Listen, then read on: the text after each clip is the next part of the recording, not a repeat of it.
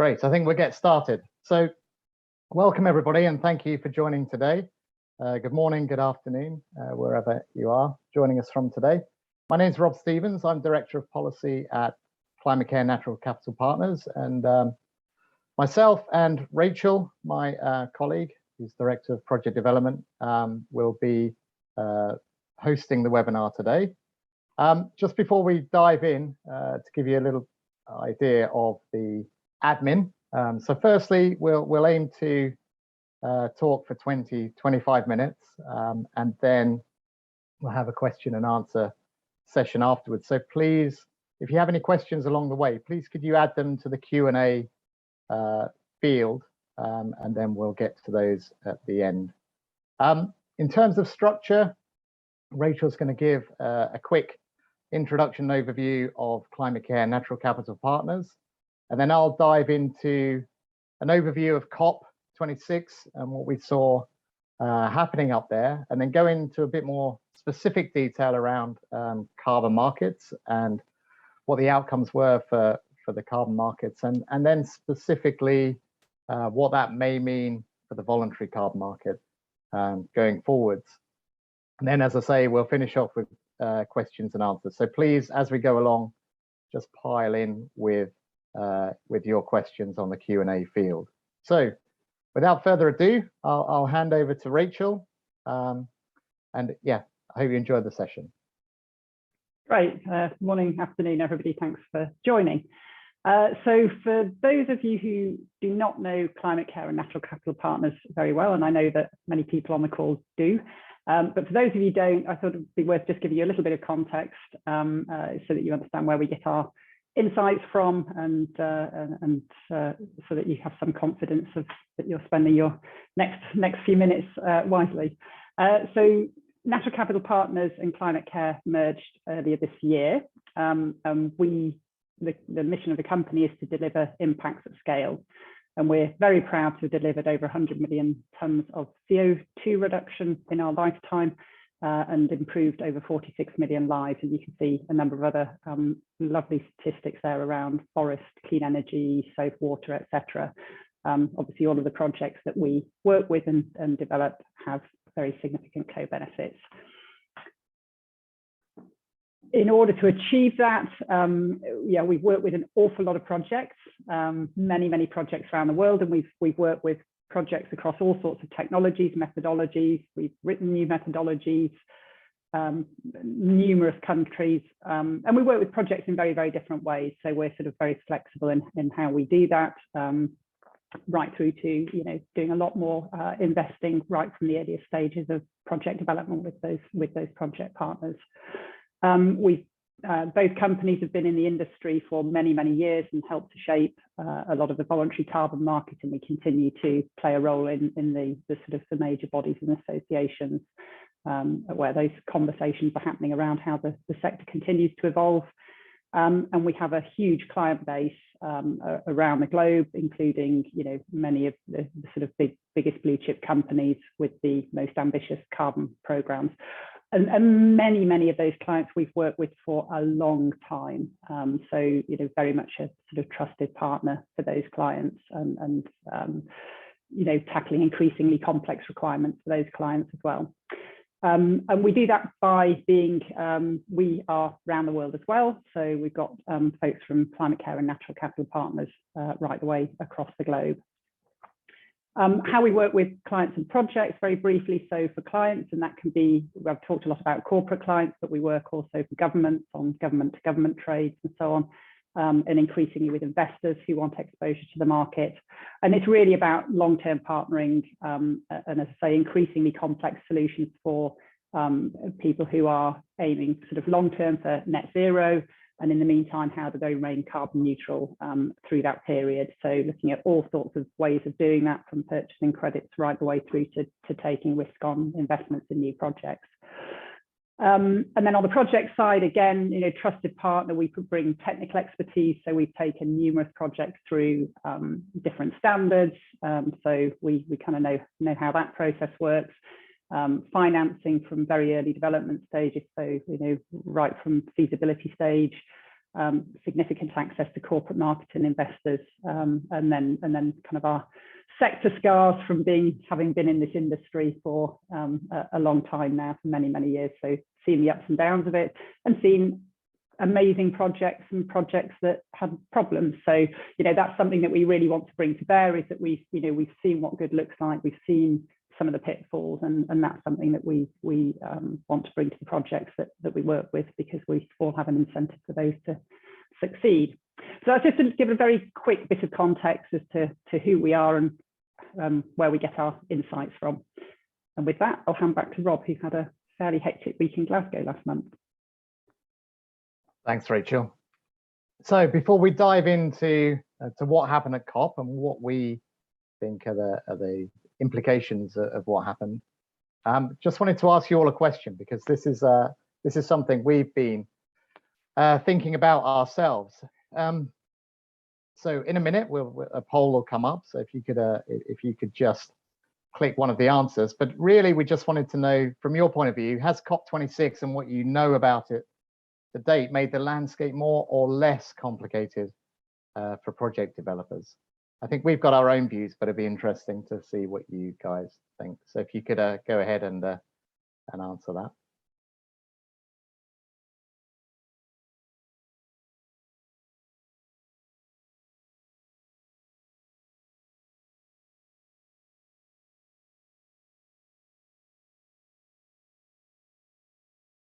Don't know how long it takes for the answers to come back.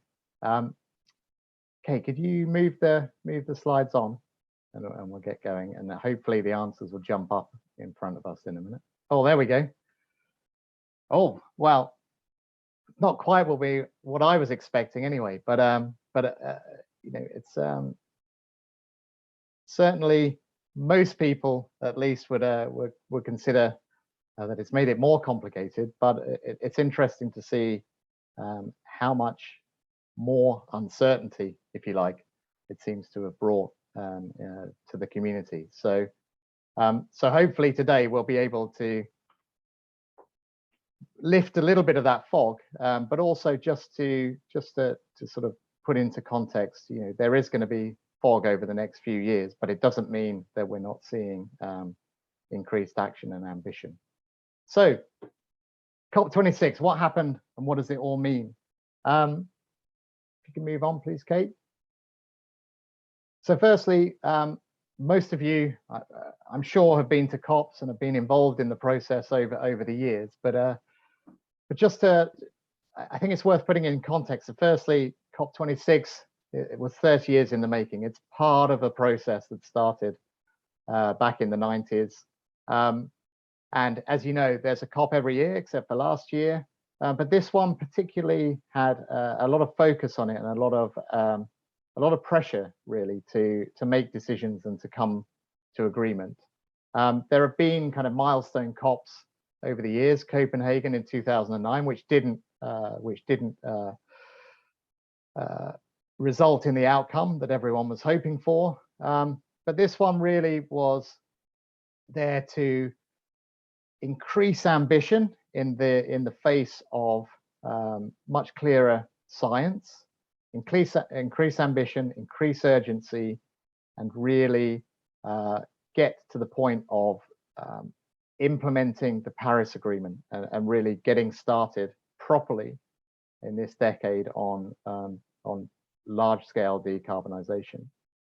And surprisingly, from our point of view, considering COVID, considering the difficulties in traveling that we've all experienced over the last couple of years, the attendance in Glasgow was a record. There were nearly 40,000 delegates, 39,500, which you can see is bigger than any of the previous recent COPs.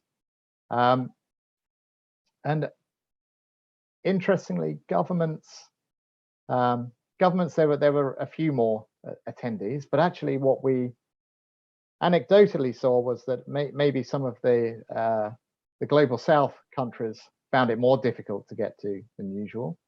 And you can see as well, there are a lot of observers, a lot of advocates, lobbyists, interested parties outside of government that were there to put their case across.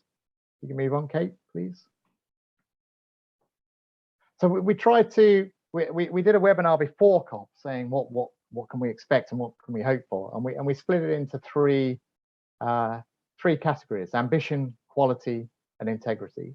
And the outcome really was pretty good in terms of most of the big ticket things that we were expecting, but there were some elements that were that weren't agreed or weren't up to expectations. So firstly, on the ambition side, almost 90% of NDCs now target net zero, which would have been unheard of 5 years ago. And tracking was improved in terms of reaching the 2 degrees Paris Agreement threshold, but obviously there was a real pressure, scientific pressure, to try to limit global warming to 1.5 degrees, and we are not there yet in terms of the ambitions of the combined NDCs under the Paris Agreement. There's a big commitment in terms of aligning finance with this decarbonisation transition, but it's quite difficult to understand how much of that is kind of recommitted old money. But there were some really unusual or surprising progressions that happened, particularly the US and China declaration paving the way for earlier NDC updates.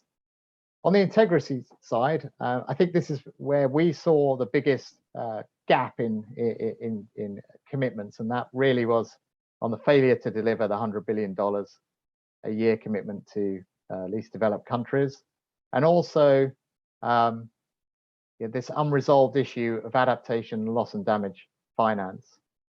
So that is something that we will see the focus of next year's COP.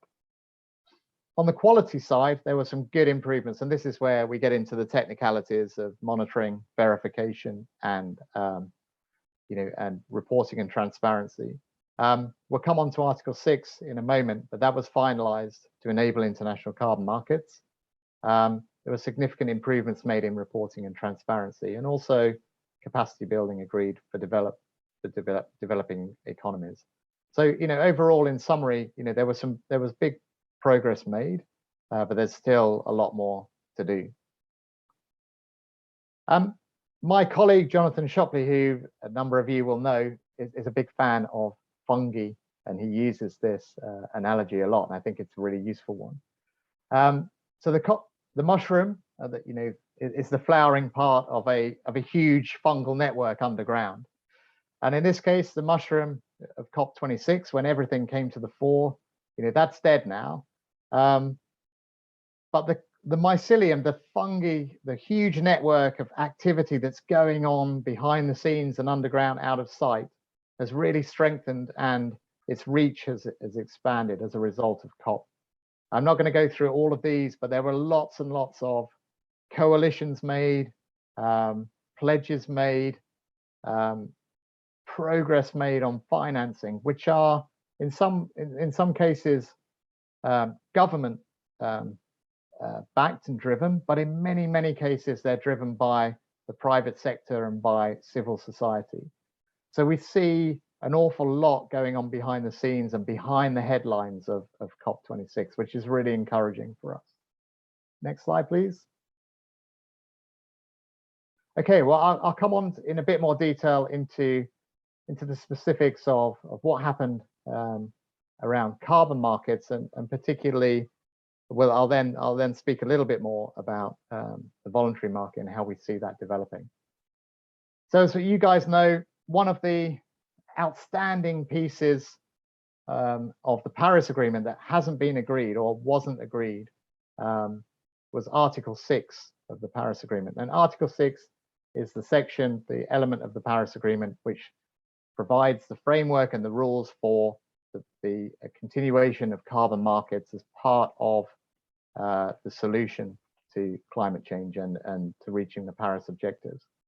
As I said, since 2015, when the Paris Agreement was signed, Article 6 has proved really difficult in terms of negotiation, and it had been going on for 6 years. And to an extent, COP26 in Glasgow was seen as almost a last chance saloon in terms of getting Article 6 agreement.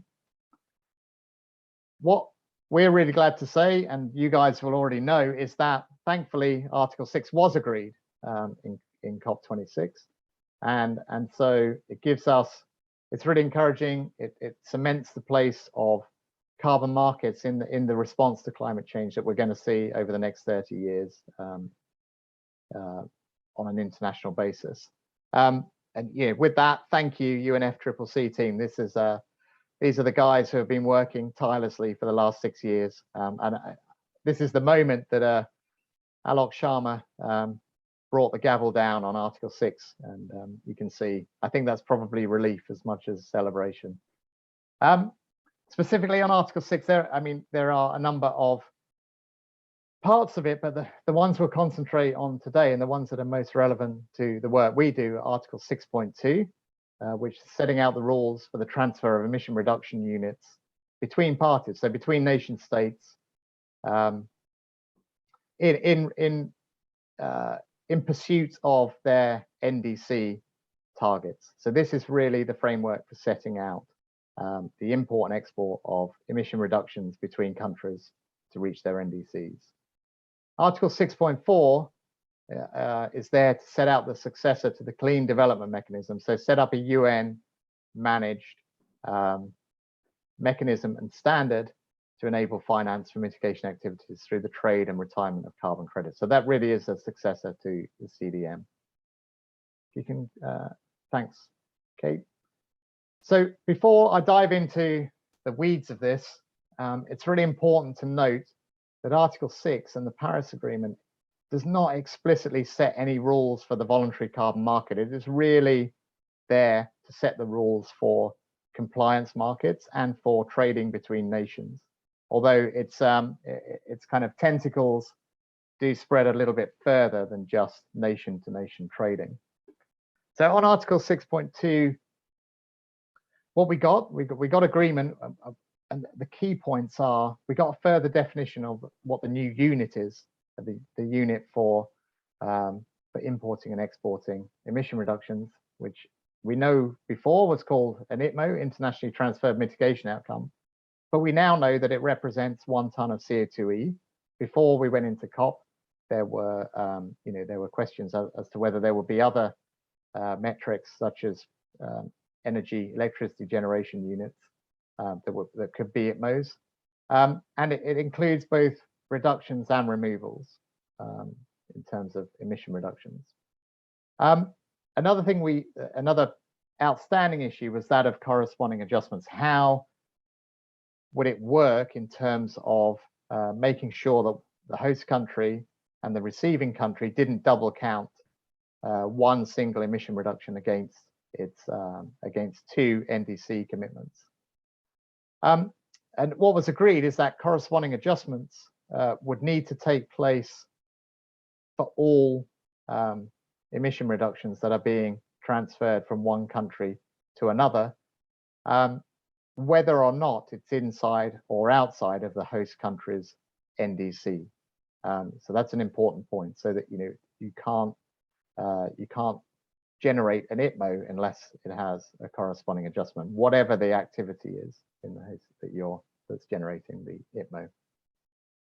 So host countries have the authority to decide whether emission reductions are used to deliver against national targets, so from one party to another, are used for other international mitigation purposes, and that is a quote from the Article 6 text, and that is to include CORSIA as a compliance regime, and potentially other compliance regimes in the future.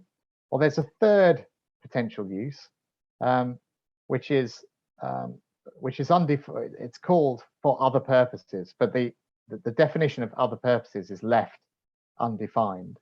And some have considered that this means this covers the voluntary carbon market. Others have said it excludes the voluntary carbon market, but is actually there for future compliance regimes, such as in the shipping sector, for example. Another key point is that VERs, as we know and love them now, gold standard VERs, VCUs, for example, can be turned into ITMOs with the correct corresponding adjustment authorization. So it's important to note you don't have to register your project through the Article 6.4 standard in order to potentially get corresponding adjustments. Article 6.4, the successor to the Clean Development Mechanism. This was another thing that had been, very toughly negotiated over the last 5 or 6 years. There were some key sticking points, but again, we got agreement. And just by way of summary, a new supervisory board will be set up in 2022 with 12 members initially, and they will drive the setup of the new mechanism, as yet unnamed, but it seems it will be called the Sustainable Development Mechanism. There will be new baselines below business as usual in order to try to drive more rapid decarbonisation. Crediting periods will change for projects that are registered under this new mechanism. So there will be options, a crediting period of 5 years, which will be renewable twice, so up to 15 years in total. A 10-year non-renewable crediting period, or specifically for removals projects, a longer potential crediting period. Firstly, of 15 years, which would then potentially be renewable twice. So up to a 45-year crediting period on removals projects. CDM activities, so projects that are already registered to CDM can continue to use the current methodology until the end of 2025, provided they request transition to the new mechanism before the end of 2023. So there will be a grandfathering and transition period, which is between now and 2025. But for those project developers who are already registered CDM, then you have to request the transition in the next couple of years. One big bone of contention in terms of the negotiations is whether any CER units from pre-Paris, so 2020 vintage and earlier, would be permissible to be used by countries to reach their NDC targets in the first commitment period of NDC. And it was agreed that CER units that are vintage 2013, 2020, as long as the project was registered from the 1st of January 2013 onwards, can be used by countries in this first NDC period. And you won't need to, or the country won't need to seek a corresponding adjustment for that, because it was pre-Paris Agreement. There are different estimations as to how many tons this might bring into the market, but it's the UNFCCC's best guess is somewhere around 100 to 120 million tons, something like that. If you can move on, please, Kate. So as I said, the voluntary market is not specifically, or the rules of the voluntary market are not specifically given or written down in Article 6. But what it has done, it's provided more guide rails, and it has sped up the debate as to what future best practice will be in the voluntary carbon market.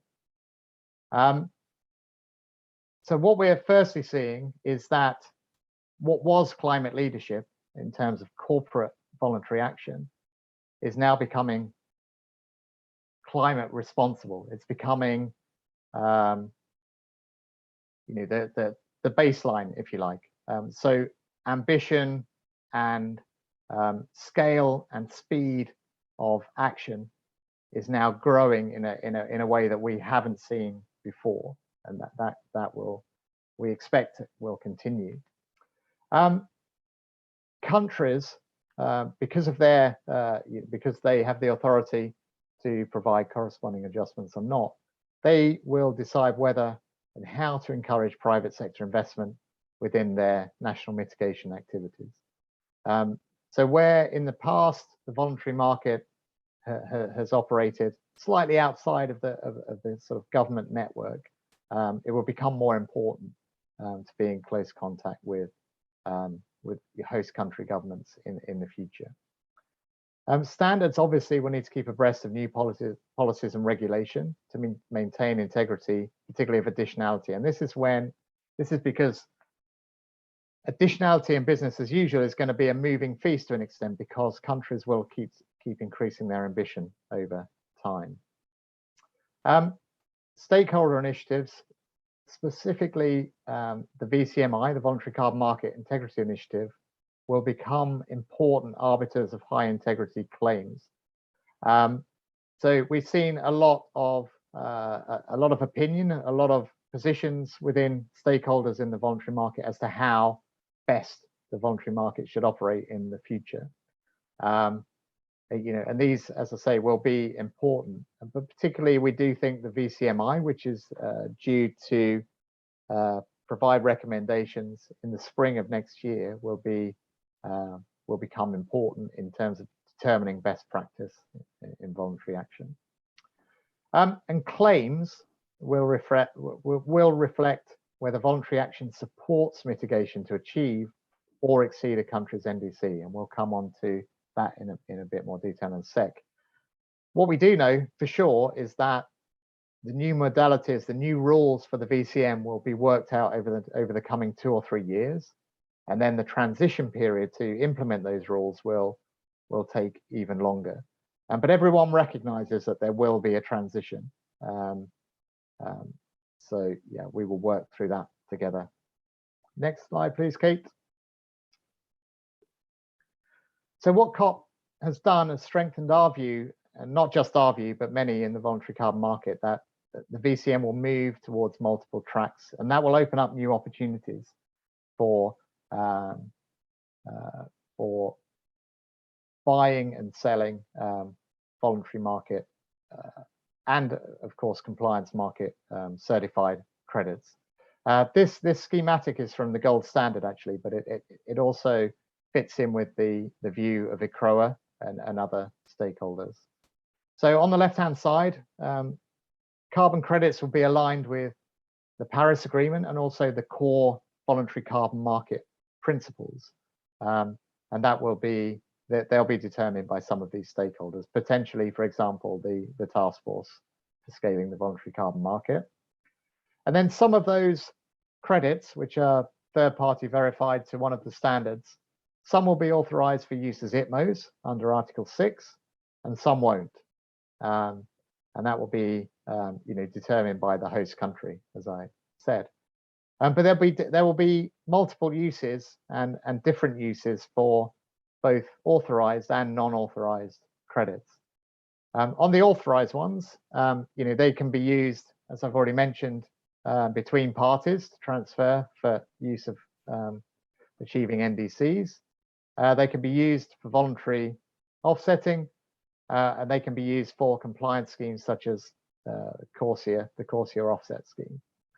But non-authorized credits can also, there are multiple uses for those, particularly domestic use within country, and also, again, for voluntary action.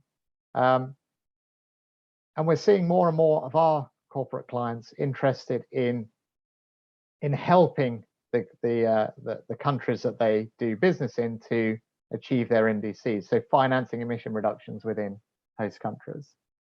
If you can move on, please, Kate. What we see and what we've seen over the last couple of years, and what we believe will be the short to mid-term future at least, is that the demand in the voluntary carbon market has grown, as you guys know, a lot in the last couple of years, and it's been driven mainly by corporate commitments and corporate action, which has accelerated at a pace that we in the market haven't seen before. This graph is taken from a recent report that we published, where we looked at the Fortune 500 countries, and we do this every year, and commitments around carbon neutrality, science-based targets, and net zero amongst those companies has increased by a quarter over the last year. But it's interesting to see that that takes it up to 38% of the Fortune 500 countries that have one of these commitments. So there are still nearly 2/3 of them that haven't made a commitment yet. And so we see there is still a lot of room for expansion in terms of commitments.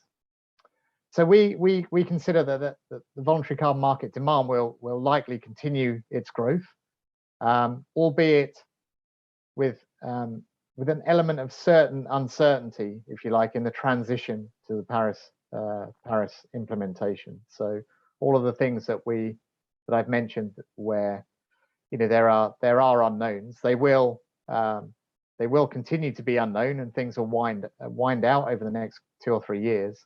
But we don't expect it to slow corporate demand down. Next slide, please. So just in summary, before I hand back over to Rachel, yeah,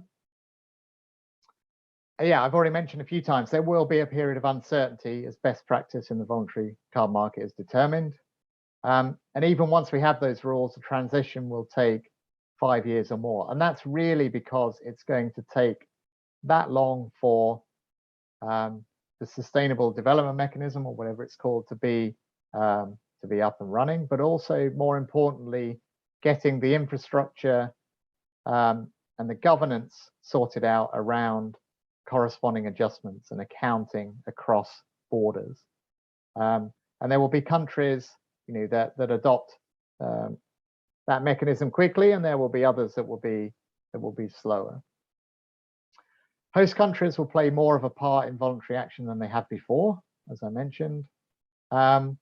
The corporates will continue to support projects that resonate with their business and support their immediate, midterm, and long-term commitments. And I think it's worth saying here that we have seen a step change in both the length of commitment and the scale of commitment with our corporate partners over the last couple of years. I mean, a lot of them now, mainly driven by net zero commitments, are looking, at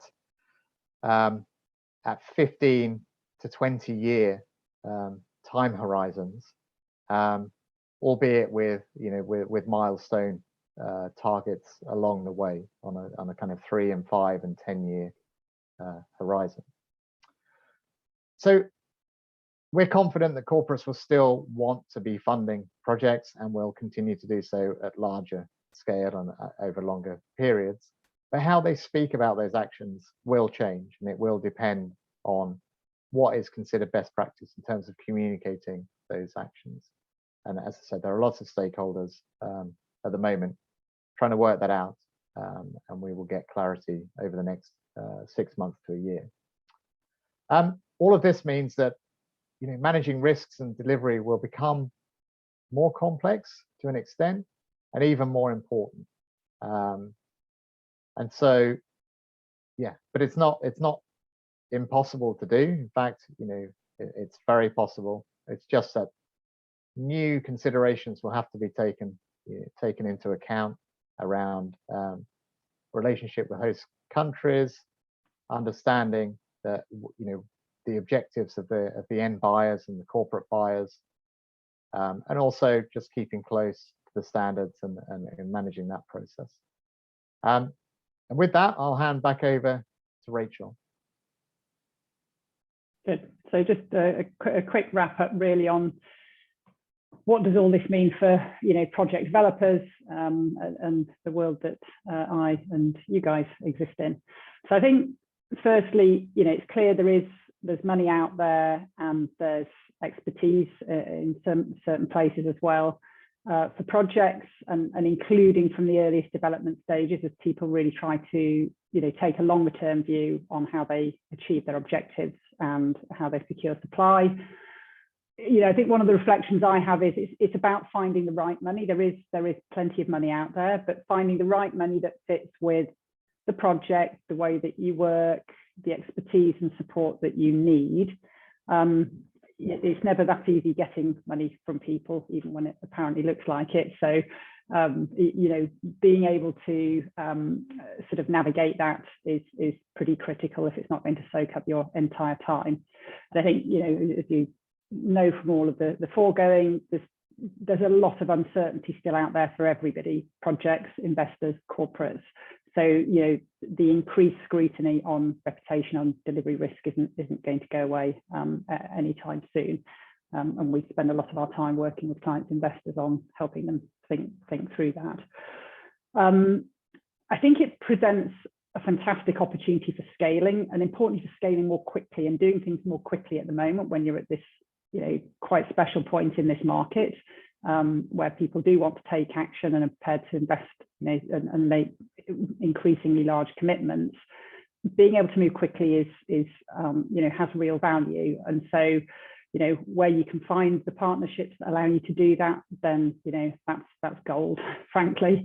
And I think the other observation is, you know, working with various project partners who are scaling rapidly. That's quite challenging. It's one thing to scale up a project, but actually going to new regions, new countries, and so on, that's quite a step change for the company, not just the project. So, you know, sort of having support for that environment, I think is pretty critical from where I stand.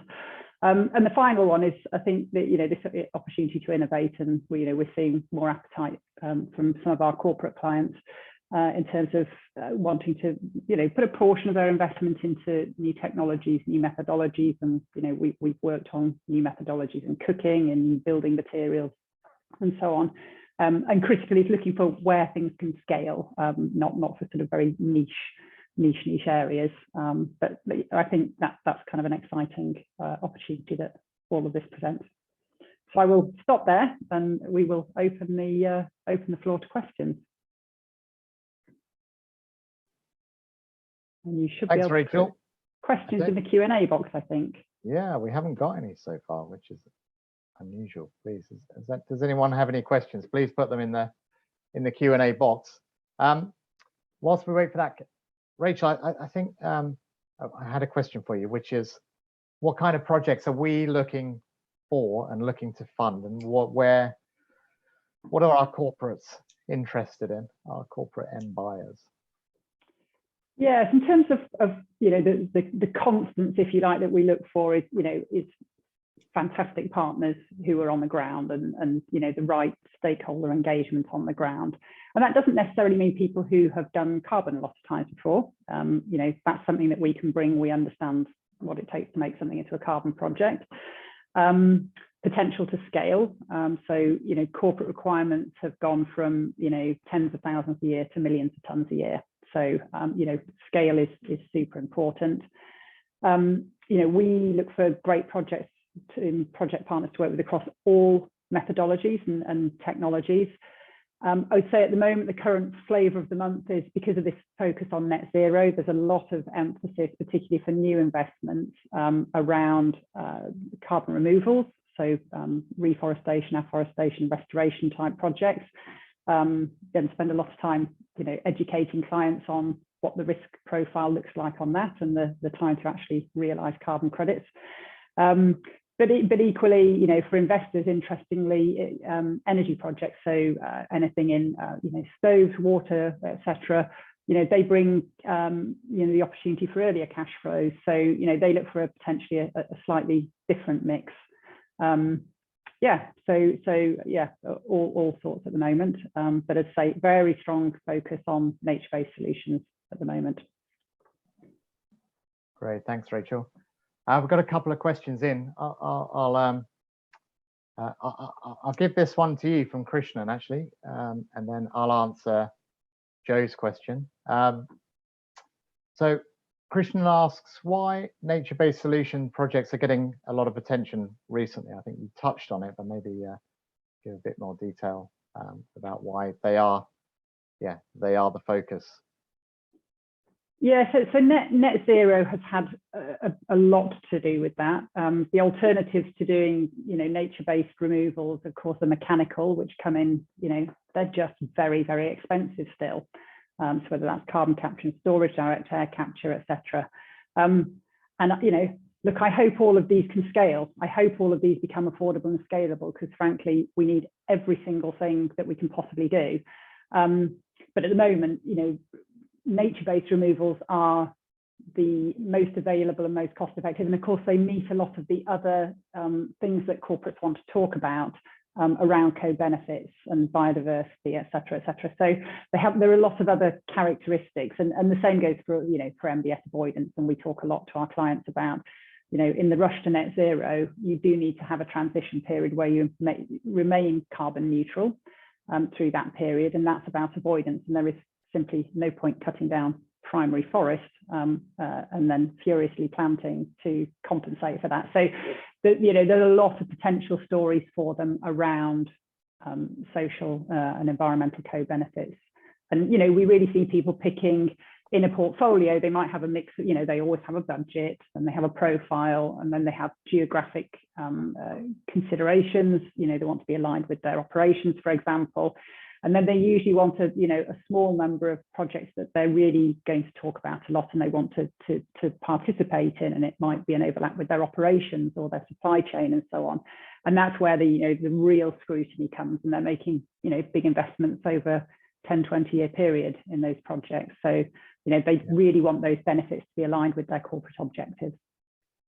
Thanks, Rachel. And just to add to that, Krishnan, I think what we did see with the kind of invention of the Science-Based Targets Initiative and you know, a net zero and getting to the state in 10 or 20 years or even 30 years, where we're talking about removing what's left after a huge decarbonisation effort. There was a huge shift towards removals, which at the expense of other types of projects. But what we're seeing now is a correction, if you like, back still with removals as an important long-term goal, but a recognition that the avoidance projects that, you know, make up most of the project types are still really important to be supporting at this time as we decarbonize over the next 10, 15, 20 years. So so it's not all about removals, is what I'm trying to say. You know, there is there's a lot of focus getting back onto avoidance, which is helping the decarbonisation transition. And methane as well. And methane, yeah, short-lived, but potent gases for sure. The next question is from Joe. Regarding factors that will affect marketing of credits projects, you did not mention the emergence of carbon rating agencies such as Calix, Silvera, B0. These actors are challenging our reliance on the standards to lend credibility to our project outcomes and may affect the investment customer landscape. Any thoughts? That's a really good question. We're seeing new players coming into the market over the last couple of years. Joe, the first thing I would say is that we, as an organization, have never 100% relied on the standards in order to deem the quality of a project. We have our own due diligence process as well, which goes into the same sort of detail as some of the ratings agencies. So, you know, we've done that process without really talking about it, you know, for a long time. I think the rating agencies will be a useful reference for buyers. But yeah, I mean, what do you think, Rachel? Because we've always done that assessment ourselves, it doesn't feel like a new layer. But you know, in terms of transparency, I think we welcome, you know, that the scrutiny is being put onto projects to make sure that they are of a high enough quality and integrity, because that really is, you know, that is the key thing for us, is the environmental integrity of the projects we're working with. Yeah, I think anything that challenges and forces the standards to improve, and additionally, you know, better ways of monitoring and reporting and so on, and the new technologies in development there, those are all things will inevitably drive the standards to a higher point and greater consistency. But I think it's fundamentally, this is one of the difficult things about this market. It's not like you can stick a meter on a solar power plant and see how much clean energy you've generated. It's just not quite a cookie cutter world, as anyone involved in it knows. It's a ton of carbon is a common thing, but everything else is, it's not like putting a meter on a power plant. So I think that's one of the things that investors and clients and corporates do really struggle with is how do they make sure that the integrity of what they're buying, or what they're, even more significantly, what they might be investing in and talking a lot about over 10 to 20 years is paramount. And so, that's where we do spend a lot of time talking to them to help them understand kind of what's actually happening on those projects and what the risks are and how they're being managed. So yeah, I think and the sophistication of some of the corporates is growing quite rapidly, as they really, some of them are a lot more hands-on than others, and are also challenging what they see coming back, even though it's been through the standards. Yeah. So yeah, there's a lot of information out there that people aren't always able to make full sense of. Next question is from Sandy. What is your outlook for pre-2013 CERs? Sandy, I think it depends, I think, what you mean by pre-2013. So in terms of vintage pre-2013, they would be outside of the kind of looking back age vintage that we would be providing for our corporate clients. If you're talking about projects that are registered pre-2013, which as a result are not eligible under Article 6.4 for NDC use, that it's, in that case, it's the vintage that's more important for within the voluntary carbon market. So if they are newer vintages, but a project that was registered previous to 2013, then they still have value in terms of corporate offset portfolios.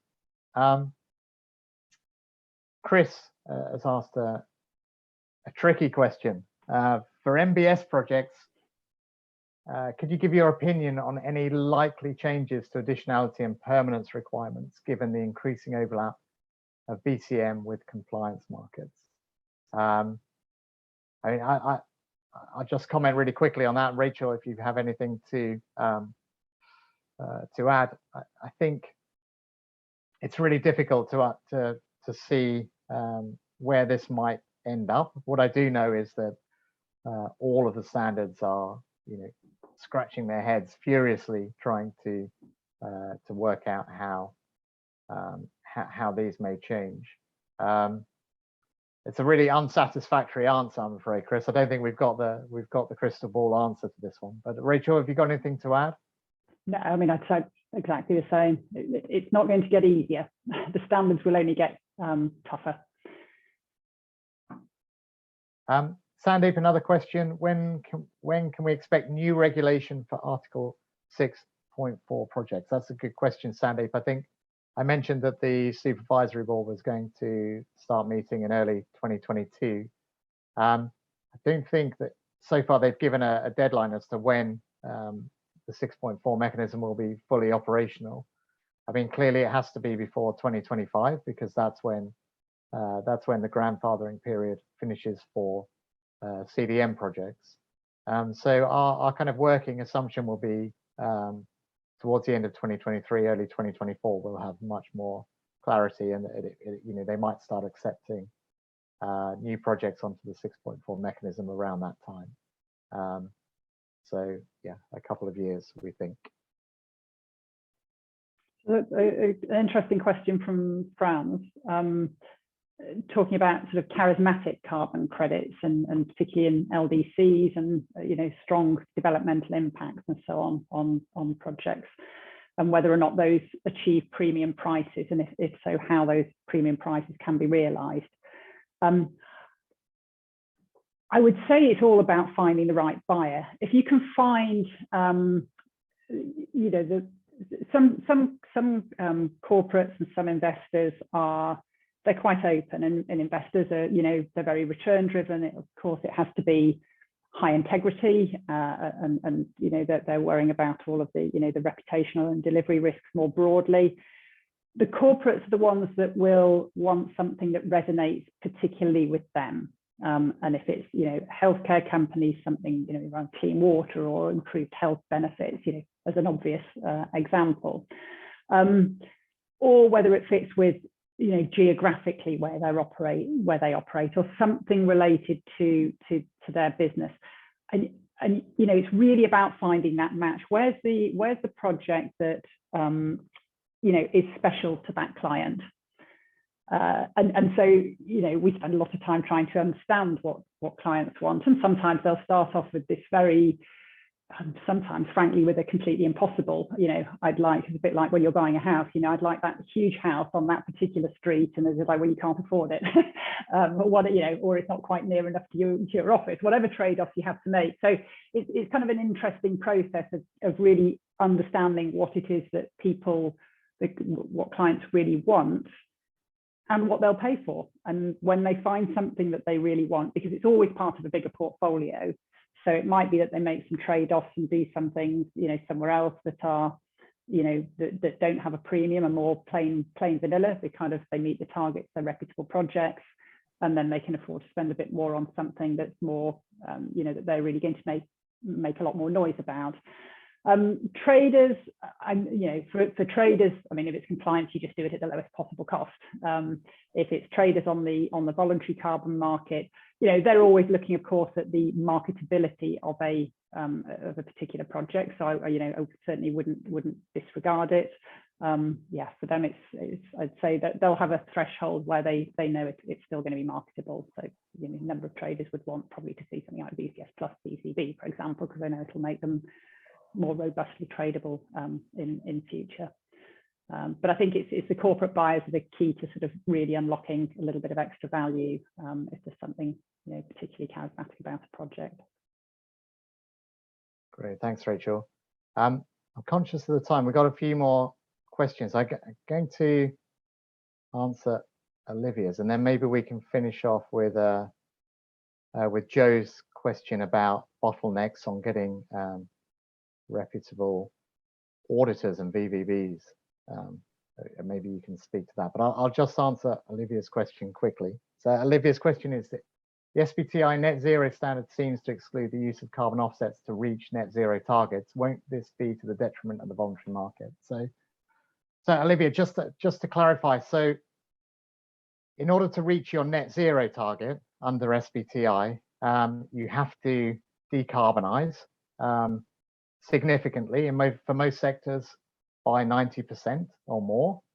But that remaining residual 10% or around that, you have to remove CO2 from the atmosphere to compensate for that. So at that point, when you're at net zero or reaching net zero, then you will need to use removal credits in order to balance your book, as it were. But in the meantime, if you have a science-based target, quite rightly, SBTi focuses specifically on decarbonizing your footprint, and that's how it should be.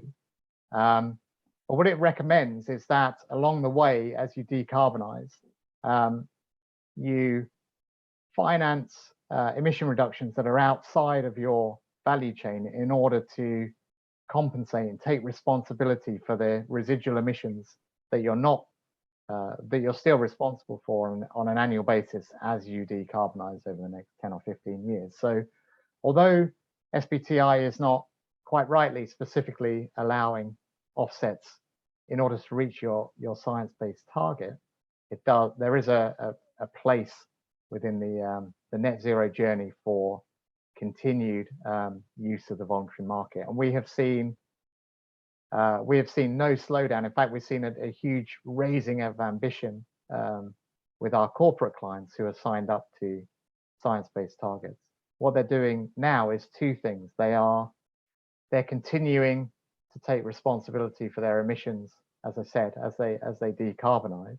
They're focused on decarbonizing quickly, but they're also now taking action to ensure that they have the removals that they need in 10, 15, 20 years time, when they reach the point of having decarbonized in line with science and having to remove the remaining 10 or 8% or wherever it might be of their footprint. So it's all hands on deck in order to do all three of those things. And then I'm conscious of the time, so Rachel, just finally as a final question, Joe's question, I touched on it, but specifically, we're all excited about the significant growth opportunities in NBS project development, but who's thinking about the bottleneck in capacity of reliable, reputable, and established verifiers, VVBs? And I think this is the challenge we're already facing to an extent, but it's but yeah, it'd be great to hear what you think. Yes, yes, it is one of the sleepless nights things, isn't it, for us all? I mean, I think generally capability in NBS everywhere is, you know, I mean, everyone on this call will be, you know, well aware of how sought after that experience is, and of course everybody's looking for it, from corporates to the standards bodies to the VVBs to, you know, everybody is, you know, it's not an extensively available, there's not an endless supply of people who spent the last 20 years in nature-based solutions, funnily enough. So I think, you know, we're certainly seeing that, and we're building in a lot of extra time when we're planning for verifications and validations and so on in our projects, and really also thinking about, you know, how do we make sure that we've got the monitoring set up really, really well at the start, so that when you come to each verification, you've got everything there and it's really robust, you know. And we've seen lots of places where, you know, you can see common mistakes that get made that mean that you've got these endless iterations. So anything that you can do to sort of compress that time of the interaction with the VVBs is gold dust. But you know, everybody's going to be short of this resource, so it's, you know, it's really about planning ahead and building it into your timescales as a sort of pragmatic measure. And you know, everyone's trying to build the capability. It's certainly something that's, you know, that's preying on the mind of the standards at the moment, because they recognise that it's the whole process is taking too long, and that is, you know, that's one of the bottlenecks. And I know they're looking at ways to also make the processes more efficient, as well. But yes, I think that, you know, the pressure is on standards as well to take some inefficiency out of that process. We're up against time, and I've just seen one question that Martin asked a bit earlier, which I missed, which I think is a kind of feeds onto that.